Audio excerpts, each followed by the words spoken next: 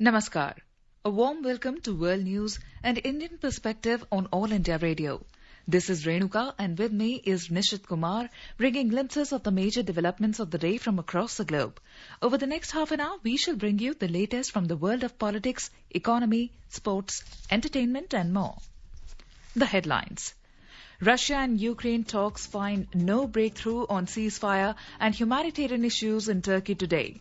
Bangladesh Prime Minister Sheikh Hasina asks authorities to provide monetary assistance to temples damaged in attacks by fanatic mobs. Yoon Suk Yeol, conservative former top prosecutor, elected South Korea's new president. Ruling BJP retains power in 4 Indian states, Uttar Pradesh, Uttarakhand, Goa and Manipur. AAP sweeps Punjab.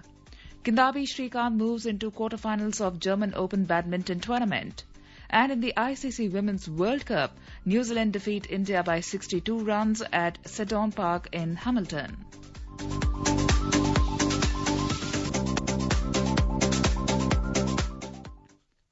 As we start the bulletin, we appeal to our listeners to stay safe from COVID-19 by following these 4 simple steps. Get fully vaccinated, wear a face mask, maintain 2 gaz ki duri for social distancing, focus on hand and face hygiene. And now the news in detail. Russia and Ukraine have failed to find a breakthrough on a ceasefire and other humanitarian issues at the first high-level talks in Turkey since Moscow's military operation. Russia's Foreign Minister Sergei Lavrov and Ukrainian counterpart Dmytro Kuleba met on the sidelines of a diplomatic forum in the Turkish resort city of Antalya. Mr. Kuleba has accused his Russian counterpart of bringing traditional narratives about Ukraine to the table. However, Kuleba said that he would be ready to meet with Lavrov again in this format if there are prospects of a substantial discussion for seeking solutions. Lavrov said Russia also wants to continue negotiations with Ukraine and President Vladimir Putin would not refuse a meeting with his Ukrainian counterpart Volodymyr Zelensky to discuss specific issues. A Russian airstrike devastated a maternity hospital today in the besieged port city of Mariupol amid growing warnings from the West that Moscow's invasion is about to take a more brutal and indiscriminate turn. Ukrainian officials said at least 17 people were wounded in the attack. The ground shook more than a mile away when the Mariupol complex was hit by a series of blasts that blew out windows and ripped away much of the front of one building. President Volodymyr Zelensky wrote on Twitter that there were people, children, under the wreckage and called the strike an atrocity. Authorities, meanwhile, announced new ceasefires this morning to allow thousands of civilians to escape bombarded towns around Kyiv, as well as the cities of Mariupol, Enerhodar and Volonovaka in the south, Izium in the east, and Sumy in the northeast. In our Hot Spot segment tonight, we bring you a news commentary on India's Ukraine evacuation operations and its diplomatic outreach by our Foreign Affairs editor, Dr. Atul K. Tiwari.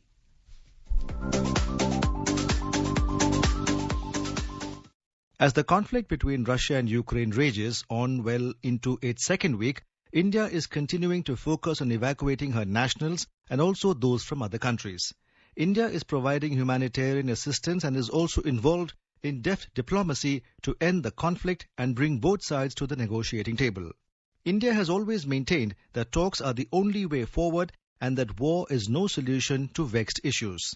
Since the beginning of the Russian-Ukrainian war, more than 20,000 Indian nationals, mostly students, and also 13 Bangladeshis, 2 Tunisians, few Pakistani and Nepali students were evacuated by India from Sumy, Ukrainian, to Poltava city in Poland. This was made possible due to the opening of the humanitarian corridor after Prime Minister Narendra Modi spoke to the Russian President Vladimir Putin and Ukrainian President Volodymyr Zelensky. Prime Minister emphasized that the safety of Indian nationals in the war zone was paramount. Both the Russian and Ukrainian leaders agreed for ceasefire that allowed people. Prime Minister discussed the evolving situation with President Putin. The Russian leader briefed Mr. Modi on the status of negotiations between the Ukrainian and Russian teams. The Indian Prime Minister welcomed the ongoing negotiations between Russia and Ukraine and expressed hope that they would lead to cessation of the conflict. Prime Minister Modi suggested that a direct conversation between President Putin and President Zelensky could greatly assist the ongoing peace efforts. The Ukrainian president also briefed Mr. Modi in detail about the conflict situation and the ongoing negotiations between Ukraine and Russia. Prime Minister Modi expressed his deep concern about the ongoing conflict and resultant humanitarian crisis. Prime Minister reiterated his call for immediate cessation of violence. He noted that India has always stood for peaceful resolution of issues and direct dialogue between the two parties. The Prime Minister thanked Ukrainian authorities for their facilitation in evacuating more than 20,000 Indian citizens from Ukraine. He expressed deep concern for safety and security of Indian students still remaining in Ukraine and emphasized the need for their quick and safe evacuation. Continuing with his diplomatic outreach for a peaceful solution to the Ukrainian crisis, Prime Minister Modi spoke with Mr. Viktor Orban, Prime Minister of Hungary. Both leaders discussed the ongoing situation in Ukraine and agreed on the need to ensure an immediate ceasefire and a return to diplomacy and dialogue. Prime Minister Modi conveyed his warm thanks to Mr. Orban and to the Hungarian government for facilitating the evacuation of more than 6,000 Indian citizens through the Ukraine-Hungary border. Prime Minister Orban conveyed his best wishes to the Indian medical students evacuated from Ukraine. He said that they could choose to continue their studies in Hungary if they wished. Prime Minister Modi expressed his appreciation for the offer. The two leaders agreed to remain in touch on the evolving situation and to continue their efforts to encourage an end to the conflict. The Indian Prime Minister also spoke with Mr. Mark Rutte, Prime Minister of the Netherlands. The two leaders discussed the ongoing situation in Ukraine and shared their mutual concerns over continuing humanitarian situation in Ukraine. Mr. Modi reiterated India's consistent appeal for cessation of hostilities and a return to the path of dialogue and diplomacy. The Prime Minister welcomed the ongoing talks between Russia and Ukraine and hoped for an early resolution. Prime Minister Modi informed Mr. Rutte about the progress in evacuation of Indian citizens from conflict areas. India provided humanitarian assistance in form of urgent relief supplies, including food and medicines for the affected population in Ukraine. India will continue to provide more assistance to Ukraine in the coming days. Mr. Modi recalled his virtual summit with Prime Minister Rutte in April 2021 and expressed his desire to receive Prime Minister Rutte in India at an early date. As devastating conflict rages on in Ukraine, India is hopeful that both sides will come to an agreement for peaceful resolution of the issue that would be in the best interests of people from both sides and to humanity at large.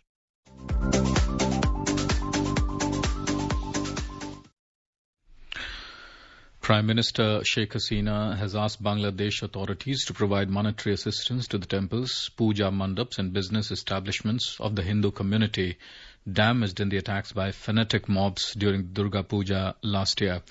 The attacks had taken place in several districts of Bangladesh, including Noakhali, Kumila and Cox's Bazar districts during the Sharadiya Durga Utsav last year.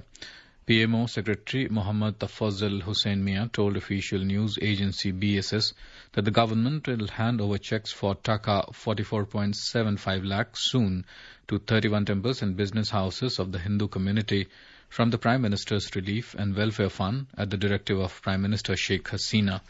A press release signed by PM's Assistant Press Secretary Muhammad Ashraf Siddiqui Bittu also said that the Religious Affairs Ministry is also providing similar kinds of assistance to the damaged temples and business houses, reports the BSS.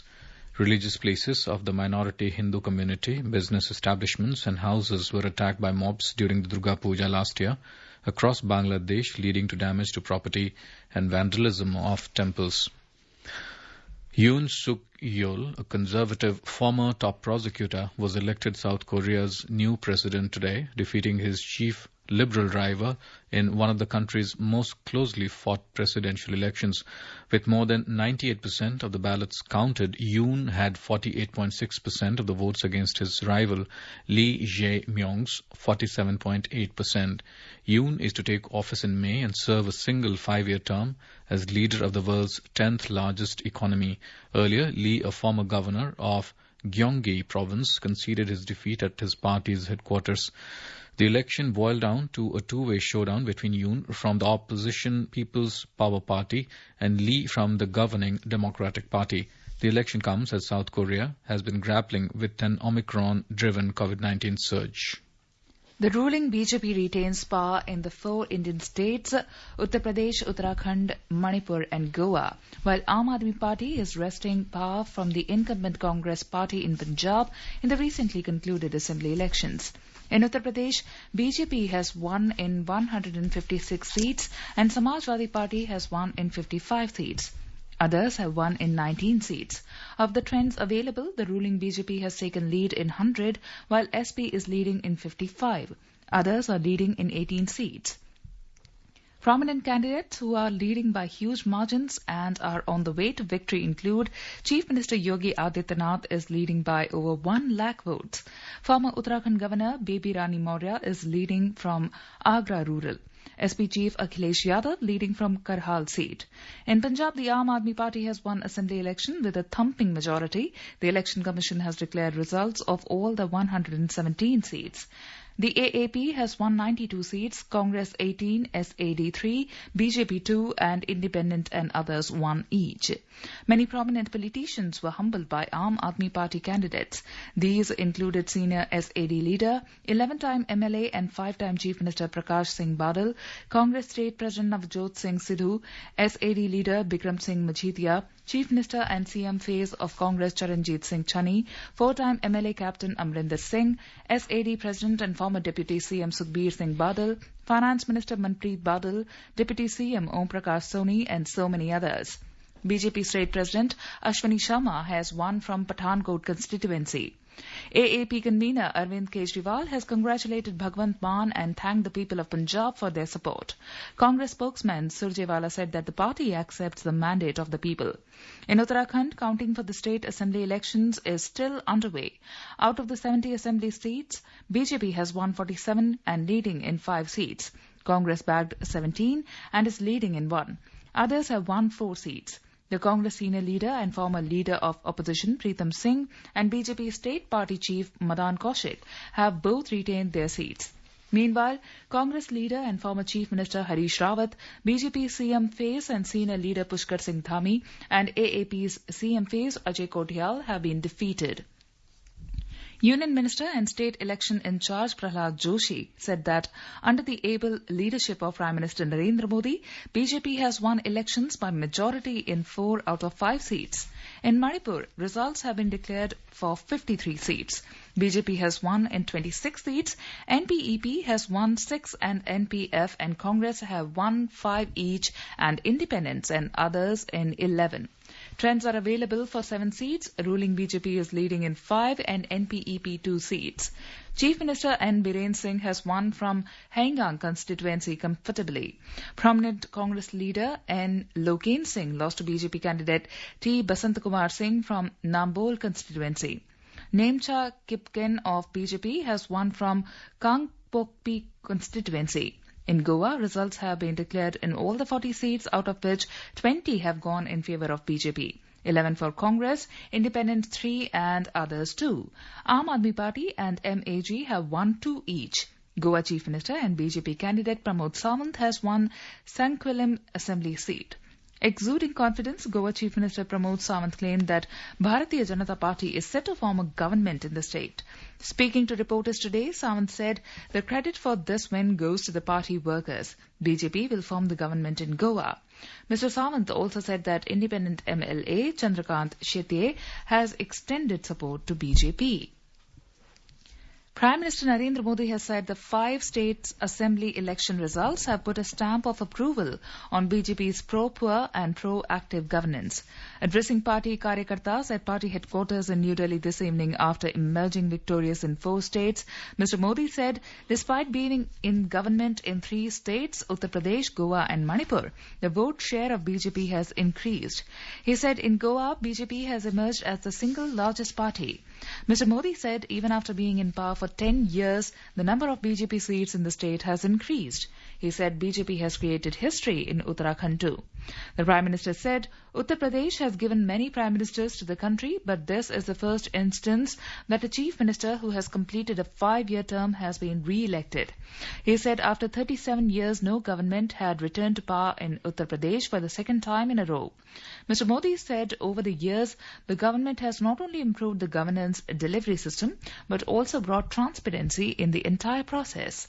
He said BJP assures the poor that government facilities will definitely reach every poor. The Prime Minister said, the way our mothers and sisters, the youth has given full support to the Bharatiya Janata Party, and it is a big message in itself. Mr. Modi said he is also satisfied that first-time voters took part in voting with great enthusiasm and ensured BJP's victory. He said, today is a day of zest and festivities. सभी कार्यकर्ताओं की भूरी भूरी प्रशंसा करूंगा जिन्होंने दिन रात देखे बिना इन चुनावों में कड़ी मेहनत की। हमारे कार्यकर्ता जनता जनार्दन का दिल जीतने में, जनता जनार्दन का विश्वास जीतने में सफल रहे और पूरे पार्टी का नेतृत्व जिन्होंने किया, कार्यकर्ताओं ने को जिन्होंने लगातार मार्गदर्शन किया, ऐसे हमारे राष्ट्रीय अध्यक्ष श्रीमान जगत प्रकाश नड्डा जी को भी मैं बहुत बहुत अभिनंदन करता हूं, बहुत बहुत बधाई देता हूं।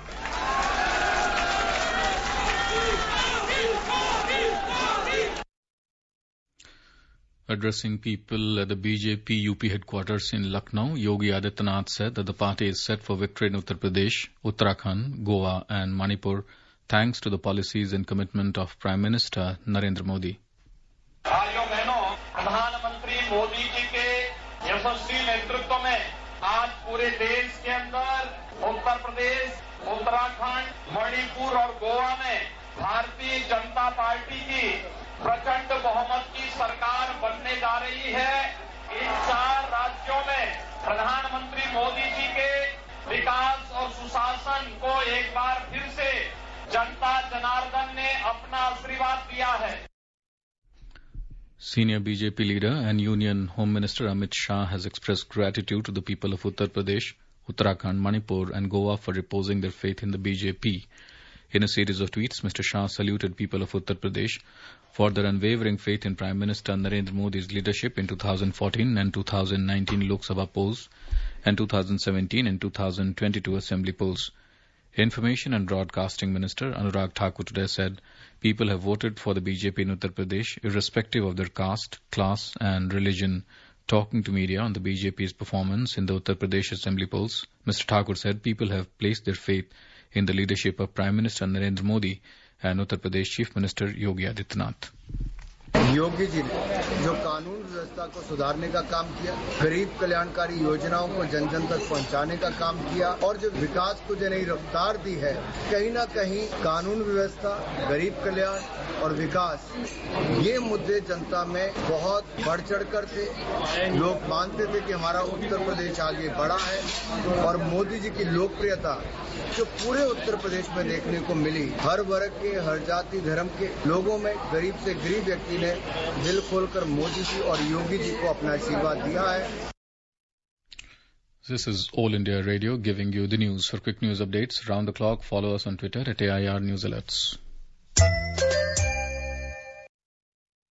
The Government of India lays the greatest emphasis on augmenting connectivity, including physical, economic, energy and digital in the region, says Foreign Secretary Harshvardhan Shringla. Speaking at the inaugural session of the training module on India's neighbourhood at the Lal Bahadur Shastri National Academy of Administration yesterday, the Foreign Secretary outlined the significance of India's neighbourhood first policy by highlighting initiatives in this regard taken by the government. Outlining the economic dimensions of the Neighbourhood First policy, Foreign Secretary said that connectivity and growth induce a virtuous cycle feeding into each other. He said that India and Bangladesh will soon be connected through 6 rail links. Referring to the multimodal transport system, he said that goods can reach Tripura from Kolkata through Chittagong port and inland water routes. He gave the example of an inland waterways vessel carrying food grain which started from Patna to reach Pandu in Assam through the national waterways of India and Bangladesh. Improved connectivity also means greater people-to-people contact and goodwill. Expenditure by the visitors have considerable economic benefits and spin-offs for India, said the Foreign Secretary.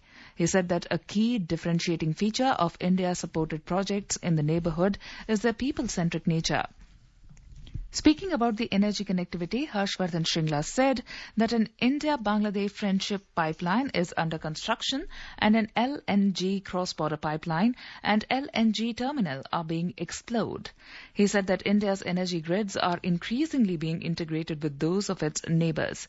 India is also constructing the 1,320-megawatt Maitri Super Thermal Power project in Bangladesh, said Mr. Shringla. He pointed out two important areas of healthcare and education in which India is working closely with its partners in the neighbourhood. Referring to the supply of COVID-19 vaccines under its Vaccine Maitri program, Harshvardhan Shringla said that countries in the neighbourhood were the first destinations of Indian-made vaccines. He said that India has emerged as the educational hub for the neighbouring countries, from where tens of thousands of students are enrolled in Indian educational institutions at various levels. Foreign Secretary Shringla highlighted the special relationship with Bangladesh. He pointed out that the only country visited by the President, Prime Minister and External Affairs Minister since the pandemic struck has been Bangladesh. They did so to cement a very special relationship on the 50th anniversary of the liberation of Bangladesh and the establishment of bilateral diplomatic relations, said Mr. Shringla.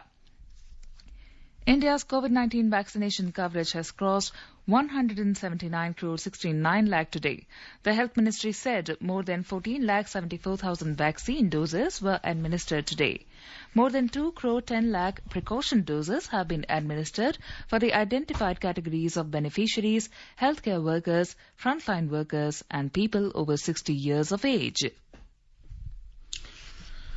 Indian table tennis player Ahika Mukherjee won 3 qualifying rounds to make it to the women's singles main draw at the 2022 WTT Grand Smash Singapore today. In the last qualifying match, Ahika overturned a 2-1 deficit to defeat Sabina Surjan of Serbia 3-2, 12-10, 5-11, 6-11, 11-9, 11-7 at the Singapore Sports Hub. Earlier, she blanked former European champion Daniela Doeden of Romania and Tokyo Olympian Deborah Vivarelli of Italy. From the 8 Indian players, 3 men and 5 women fighting for a spot in the main draw, Ahika was the only one to qualify. The 24-year-old will now join world number 49 Manika Batra in the women's singles starting on Friday. However, Manav Thakur, Commonwealth Games gold medalist, Sutitha Mukherjee, Harmeet Desai and Anthony Amalraj lost in the respective preliminary rounds to crash out from the first Grand Smash of the year. The Indian Army's Madras Engineering Group MEG has made the country proud at the Asian Sailing Championships 2022, which concluded in Abu Dhabi recently. Sailors of the MEG Boys Sports Club won 3 medals, 1 gold, 1 silver and 1 bronze in the senior and youth categories at the championships held between February 26 and March 6th.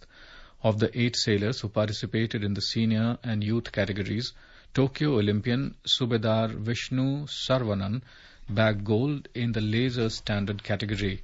Havildar Prince Noble and Sapper Manu Francis won bronze in the 49er category, while Boys Sports Company BSc Cadet Sabavat Vijay Kumar won silver in laser 4.7 category.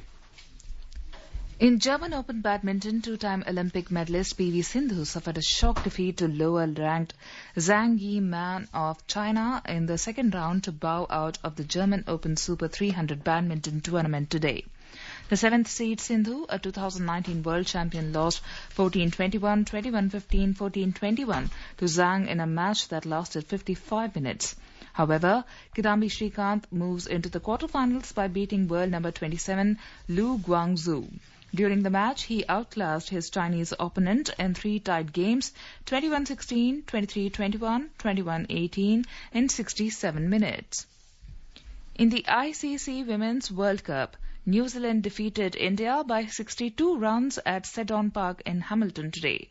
Chasing a victory target of 261 runs, India were all out at 198 runs in 46.4 overs. Harmanpreet Kaur with 71, Captain Mithali Raj 31 and Yastika Bhatia 28 were the top scorers for India. India's Jhulan Goswami became the joint highest wicket-taker in Women's ODI World Cups. She equalled the tally of 39 wickets taken by Lynn Fulstone of Australia from 1982 to 1988.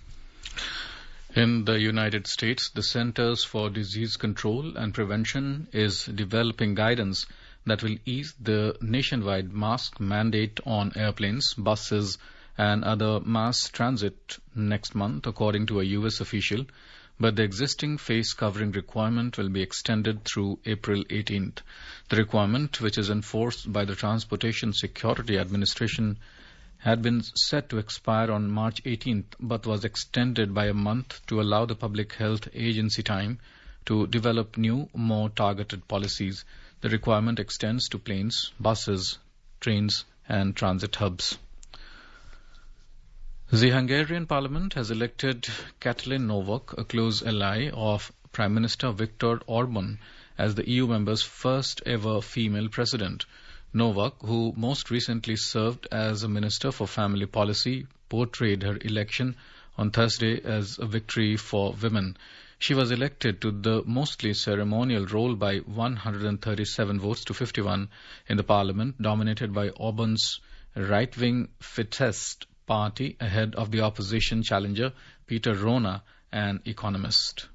The Sensex and the Nifty today climbed 1.5%. Both stocks jumped amid gains in other Asian share markets. The BSE Sensex closed above 55,400 points, while the NSE Nifty was ended near 16,600 level. A report from the Business World. The Sensex rose 817 points or 1.5% to trade at 55,464. The Nifty also gained 250 points or 1.5% to trade at 16,595.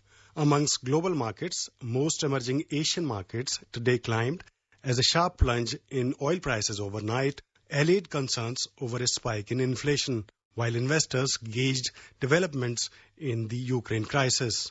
Japan's Nikkei 225 index surged 3.9%, South Korea's Kospi climbed 2.2%, and Singapore's Straits Times gained 1.4%. China's Shanghai Composite Index and Hong Kong's Hang Seng both rose 1.2% each. European share markets were down in intraday trade. Global crude oil prices gained around 5% following a sharp drop in the previous session as the market contemplated whether major producers would boost supply to help plug the gap in output from Russia due to sanctions for its military operations in Ukraine. In intraday trade, Brent crude was trading around $116.90 per barrel. Kamal Saxena for World News, All India Radio. Now let us take a look at the major developments around the world as reported in the foreign press. Reuters report Chinese Red Cross will provide first batch of humanitarian assistance worth 5 million yuan to Ukraine, consisting of daily necessities. Chinese Foreign Ministry spokesman Zhao Lijian said on Wednesday. South China Morning Post reports on Wednesday, Hong Kong confirmed more than 58,000 new coronavirus cases. The Himalayan Times writes that the ongoing Russia-Ukraine conflict will likely exacerbate the economic woes of Nepal as the spiraling oil and commodities prices in the international market will further widen the country's burgeoning trade deficit. The Guardian headline reads, Robbed of hope, Afghan girls denied an education struggle with depression. It adds that as the female students are denied schooling and career prospects, medical staff warn of a rise in mental health problems. Asia Plus writes that the TAPI, Turkmenistan, Afghanistan, Pakistan, India gas line project has landed into hot waters as the Asian Development Bank, ADB, has paused all due diligence and processing activities until Taliban regime is acknowledged and legitimized by the UN and big economies of the world. A quick look at the headlines once again. Russia and Ukraine talks find no breakthrough on ceasefire and humanitarian issues in Turkey today. Bangladesh Prime Minister Sheikh Hasina asks authorities to provide monetary assistance to temples damaged in attacks by fanatic mobs. Yoon Suk Yeol, conservative former top prosecutor, elected South Korea's new president. Ruling BJP retains power in 4 Indian states, Uttar Pradesh, Uttarakhand, Goa and Manipur. AAP sweeps Punjab. Kidambi Srikanth moves into quarterfinals of German Open Badminton tournament, and in the ICC Women's World Cup, New Zealand defeat India by 62 runs at Sedon Park in Hamilton. And now, before we end, let us listen to Mahatma Gandhi's favourite bhajan, Vaishnavajan, by artists from Indonesia.